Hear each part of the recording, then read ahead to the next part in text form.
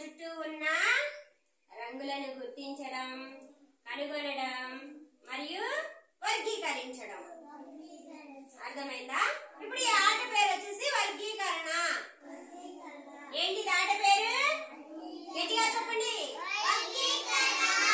వర్గీకరణ. సరే, ఇక్కడ మన దగ్గర ఏమున్నాయి? ఫ్రూట్స్ ఉన్నాయి, తర్వాత పువ్వులు ఉన్నాయి, ఇంకా ఆకులు ఉన్నాయి. అన్ని కలిసి ఉన్నాయి కదా, ఇక్కడ కలిసి ఉన్నాయా? సరే, దీన్ని వర్గీకరించడం ఎలా చేయాలో నేను చూపిస్తాను. చూడండి చూడండి అందరూ. ఎటు చూస్తున్నావు? ఇక్కడ చూడు. ఓకేనా?